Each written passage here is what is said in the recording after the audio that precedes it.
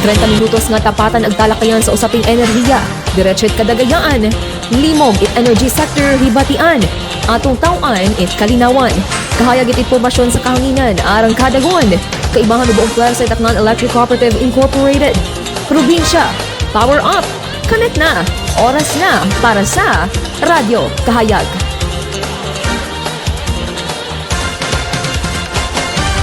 Oras at kahayag sa kahanginan, alas 7 tagahon Shine Zalumo, your voice beyond the wires at your service. Ro imong kaibahan sa pagtao't kahayag at impormasyon sa enerhiya, kaibahan na bugos nga puwersa sa Tacnan Electric Cooperative Incorporated. Good morning Aklan, good morning Western Visayas. Mapamanta mo kami live sa official Facebook page at Akelco ag sa aton yung mga partnered media station imauro GMA Kalibo ag ra aton nga partnered TV station ro PCTV. Sa aton yung mga viewers and listeners online or MCOs across the Akelco coverage area. Kaibahan no daywa nga Kabanwa it Antique imarong Pandan ag Libertad agro aton nga ginaserbisyohan nga barangay ito sa Capiz imaro barangay Damayan. Agro aton yung mga MCO sa Isla it Boracay maayad-ayad nga agahon and happy weekend. Mga kasimanwa katatapos lamang aton nga 43rd Annual General Membership Assembly nga may temang Akelco Power, Governance Stronger, Service Smarter, Future Brighter. Nga ginhiwat sa ABL Sports Complex kahapon it alas 9 it agahon nga ni sa ato mga strong and supportive MCOs. Abugid nga salamat sa inyong partisipasyon ag sa inyong pagtambong. For sure lahat ay umuwing winner kahapon no. Gabi-gabi gidro aton nga pagpaabot it congratulations sa ato mga grand winner sa aton nga raffle kahapon. Raya nga agma hay raya ro ginatawag nga dag-unan nga pagtihipon kaibahan no atong MCOs halin sa mga nagakasari-saring banwa nga sakop it Akelco coverage area. Sa raya dag-unan natong pagsinagayo ikaraya naton nababatian ro yearly reports, accomplishments, ro mga natabong improvements agro nagakasari-saring issue nga ginaatubang it mga distribution utilities hay natatawaan man ikara it sabat ag kaklaruhan. Especially ro mga concerns at atong MCOs. Sari-sari ron, power interruption, ro imo nga pagbayad sa bill, ro pinakamainit nga lifeline rate, ro ginatawag naton nga senior citizen discount subsidy, hay pila lamang ron sa ginatawaan naton ipagkaklaruhan ito sa aton nga venue. Agpaagi kara, hay napapaabot man it atong mga MCOs, ro anda nga limog bilang nagatindog nga tag-iya it electric cooperative. Hamba nga ni it aton nga komposo nga kanta no. Akelco atin to. Kita ro tag-iya, agwat iba. Akelco para sa akganon. Sa makaron nga agahon, garikap anay kita it mga reports maghalin sa ana it general manager, treasurer's report, hasta sa ana it board president's report. Bangod nga importante, na updated kita kung ano ro mga nagakagatabo sa atong electric cooperative. Imo nga ni, please stand by. Hararo aton nga report sa aton nga mga hinimuan, kaibahan ko akon nga mga trabahante sa Akelco. Kaina ginghambay ko aton nga mahugod nga congressman ag dati natong gobernador nga madinagag-on nga na-extend do prangkisa ni Akelco sa sugod it 25 anyos. Tama ruging hambay nga to ni Kong Joben kay ina dahil kung uwa ka na paagi sa anang nga koneksyon kay Cheese Escudero, uwa ta nakapasar do aton nga prangkisa nga ra sa 19th Congress. Ag mabahod tar posibilidad nga magbalik kita. Sa to nga may apply it uman.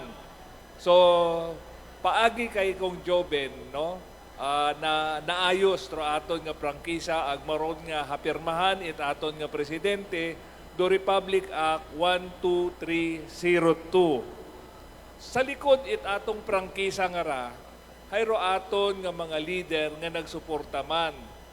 Parehas kay Congressman Marquez nga kusiin Mauro Sambilog nga nag-sponsor do aton nga dating Congressman si Teodoreco Haresco, nag-sponsor manimaw. Ro aton nga tigawas sa APEC na aton nga ginabutuhan kung mga nagataliwan nga eleksyon si Sergio Dagook, sambilog man nga sponsor. Ro aton nga Pelreca representative si Congressman Presley De Jesus, nagbulig man imaw katon.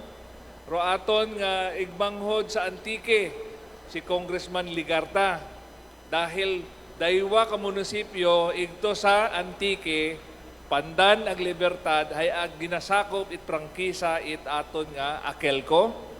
Nagbulig man katon sa Congressman Espares it Co-op Natco nga kung siin ay nagsuporta ra imaw nga maapruban do prangkisa ni Akelco. Ag roaton nga gobernador si Joen paagi sa andang endorsement sa Kongreso daya hay naging madinagagon. Ag hambay ko nga nit uman si Kong Joben, kung wa ka na, wa kahingabot sa 19 Congress do aton nga prangkisa.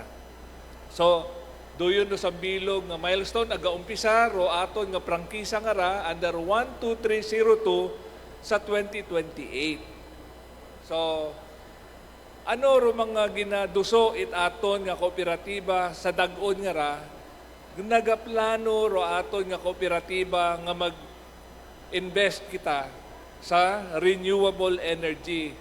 Habatian man ninyo kay Inar, ginghambay ni Kong Marquez, mabahoy nga bagay kung mag-intra kita sa renewable energy, agud maging independent rong aton nga source of power iya sa probinsya it akyan.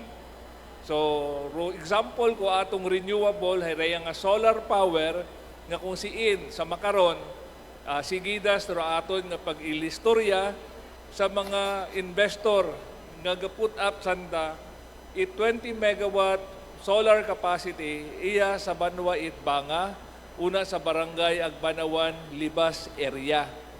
Kung raya hay matigayon, daya ro aton nga igabaylo sa aton nga diesel power plant iya sa New Washington nga kung siin daya hay gatapos yung raaton nga kontrata kanda sa pag-aabuton nga Disyembre dag-on 2026.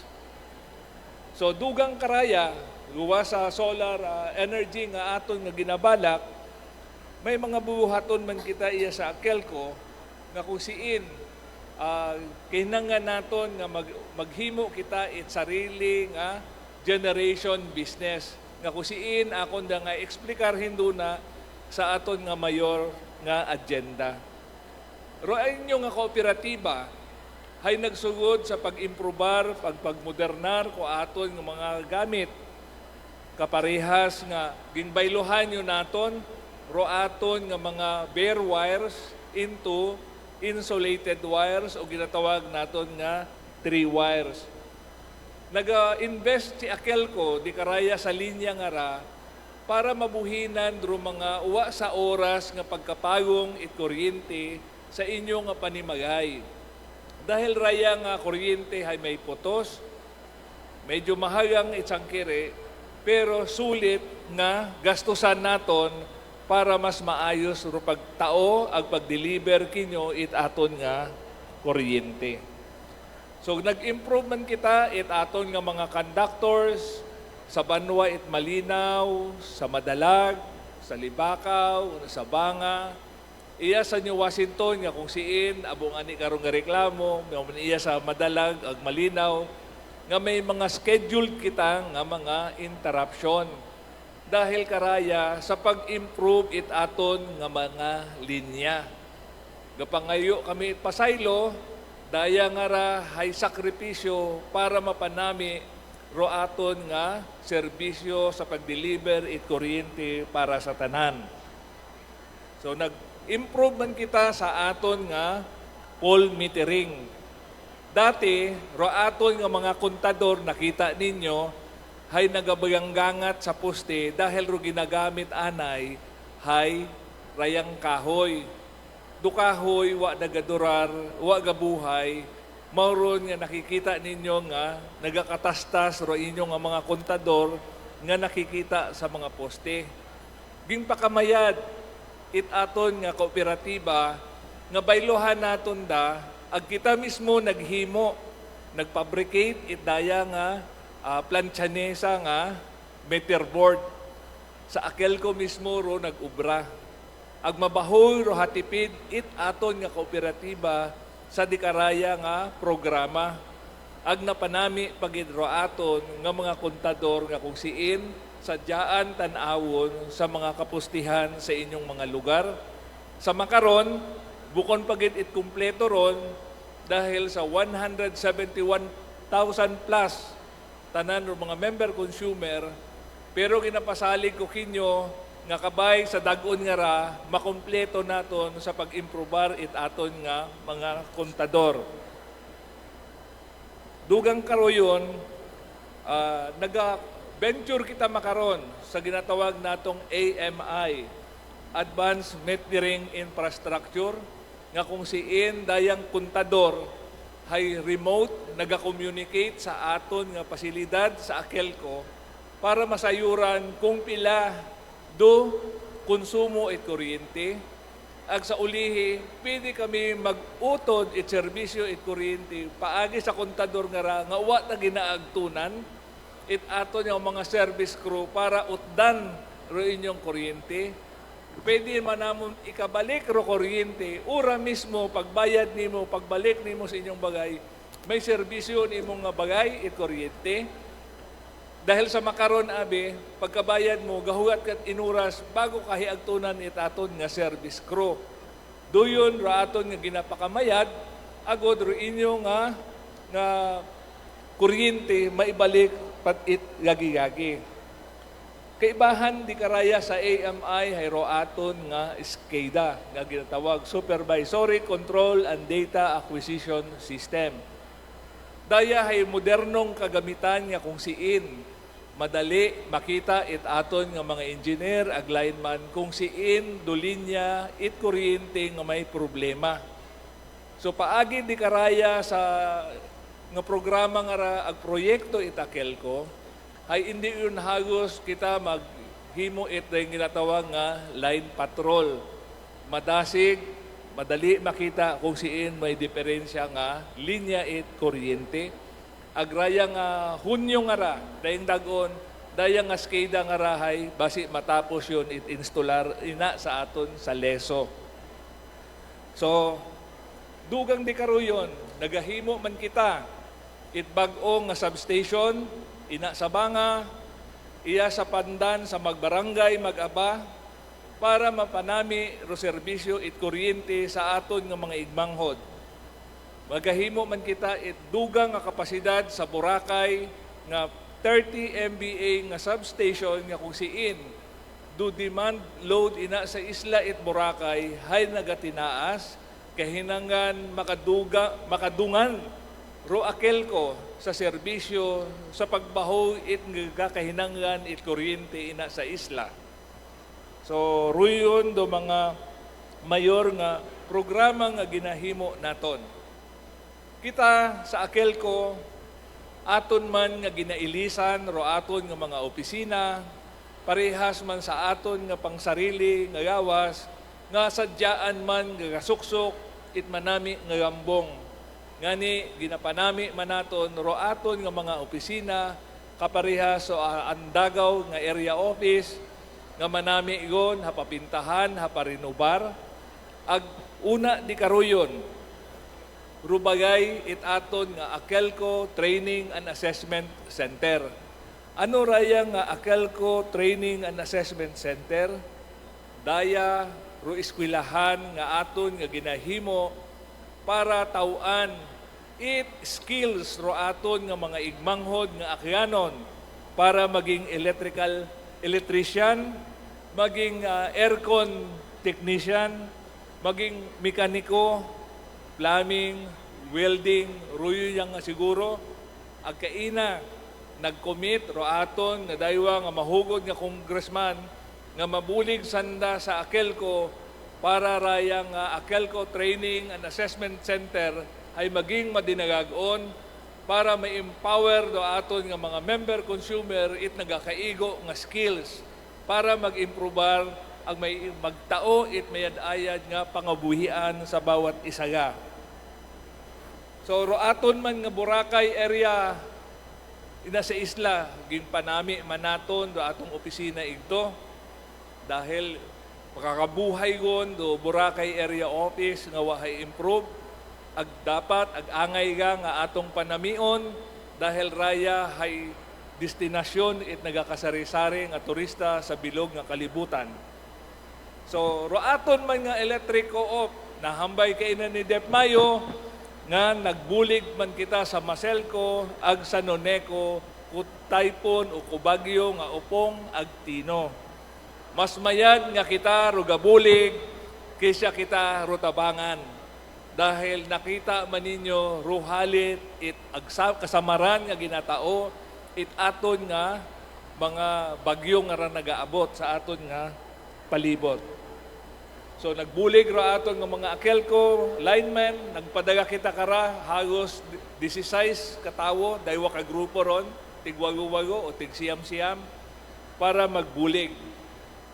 Para masigurado naton ro aton nga supply man it kuryente hay madinagagon man naton nga nahimo nga may una kita nga CSP o competitive selection process nga kung siin nagdugang kita it 10 megawatt base load sa aton nga kuryente sa sugod it 20 anyos bagara o 15 anyos agro nagdaog hay Rosual Power Corporation nga kung siin sandaman ro aton nga ka-partner sa EPSA nga tag na expose kita sa market. Ag kita man madinagag-on ag ginapabugay it aton nga mga empleyado sa Akelco nga kita hay naging host it Visayas ag National Lineman's Rodeo nga ginhimo una sa Leso sa aton nga Akelco mismo. So ruyon nagapakilaga nga roaton nga Akelco hay amat-amat yon nga nakikilaga sa bugos nga Pilipinas ag ruyon mismo ruhambay ko atong nga bisita kay ina nga si Deputy Administrator Omar Mayo.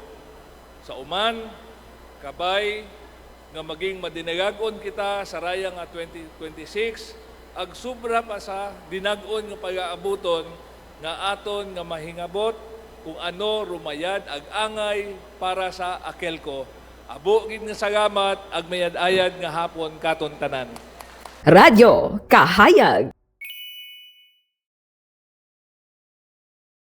I am Director Mirna Arla Chica, representing the District 5, Calibo and Numancia. In today's Annual General Membership Assembly, yours truly will be reporting the results of Akelco's financial position and operations for the calendar year ending December 31, 2025. The content of my report would be the following. Number 1, financial position for the year ended December 31, 2025. Number 2, results of operations for the year ended December 31, 2025, and financial performance for the year 2025. Akelco's financial position shows that it has a total assets of 2,666,550,820 pesos. Akelco's total asset is comprised of 1,268,980,378 pesos or 48% members' equity and 1,397,570,442 pesos or 52% liabilities. Akelco's liabilities are composed of power supply payables, payables to other suppliers, National Electrification Administration, and Department of Public Works and Highways for subsidy projects that were not yet fully liquidated, and retirement of benefits liability. Total assets comprised of 836,312,660 pesos or 31% total as current assets and 1,830,238,160 pesos, or 69% non-current assets. The substantial amount of Akelco's total assets are in its utility, plant, and equipments, such as substation equipment, land, buildings, distribution infrastructures, kilowatt-hour meters, distribution transformers, among others. Akelco's total liabilities comprise of 1,203,330,584 pesos, or 86% current liabilities, 194,239,858 pesos, or 14% non-current liabilities. As mentioned earlier, Akelco's liabilities are composed substantially by our power supply payables, payables to other suppliers, National Electrification Administration, and Department of Public Works and Highways for subsidy projects that were not yet or liquidated, and retirement benefits liabilities. For the year 2025, commercial consumers of Akelco recorded the highest sales with 2,290,987,042 pesos, or 49.79% of the total sales.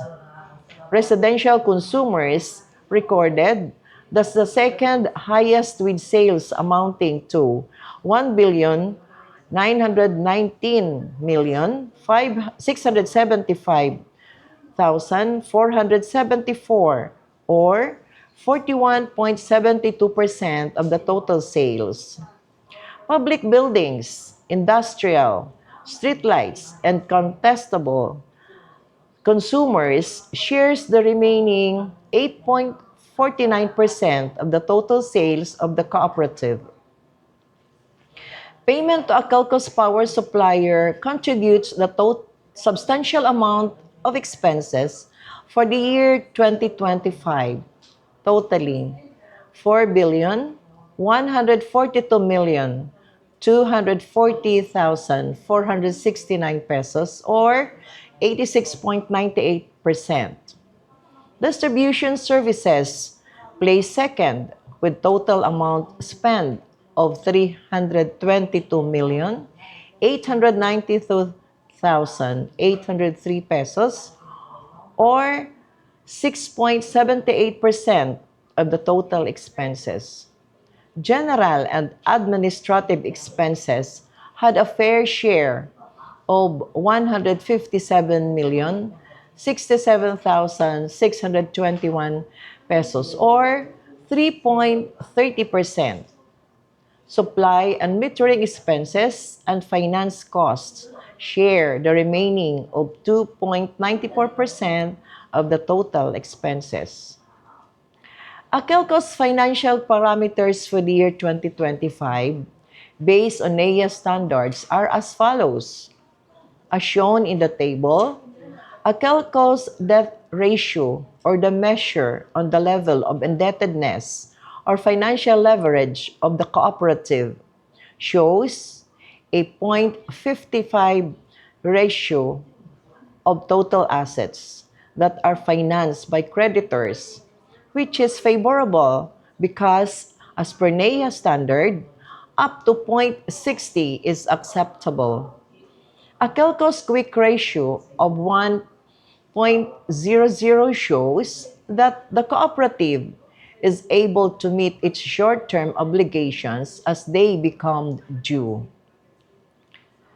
The cooperative has met the parameters on the payment of obligation to power suppliers, NEA, bank, and other financing institutions.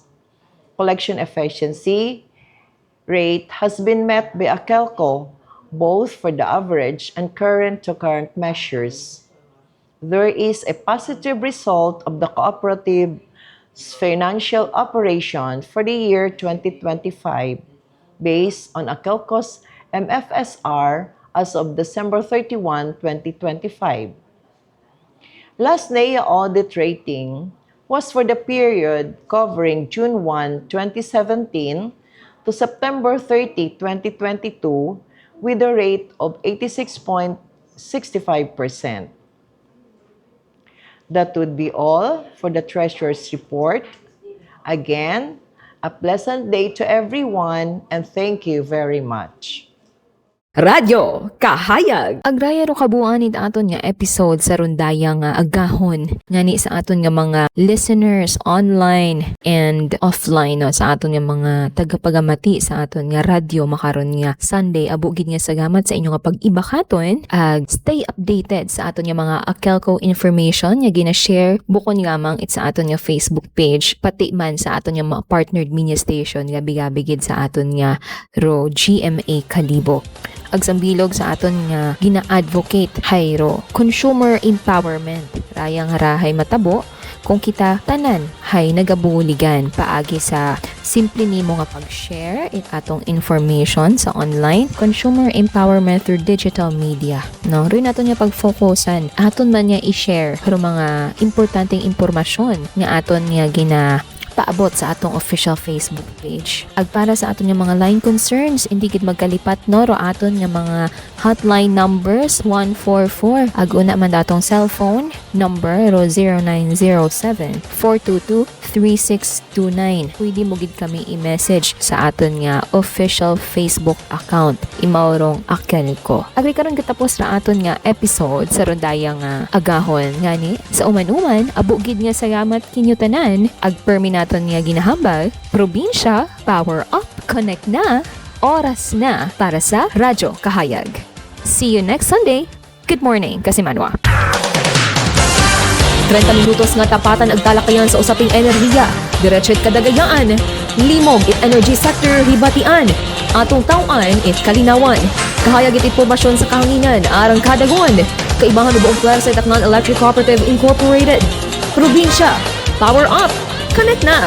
Oras na para sa Radyo Kahayag.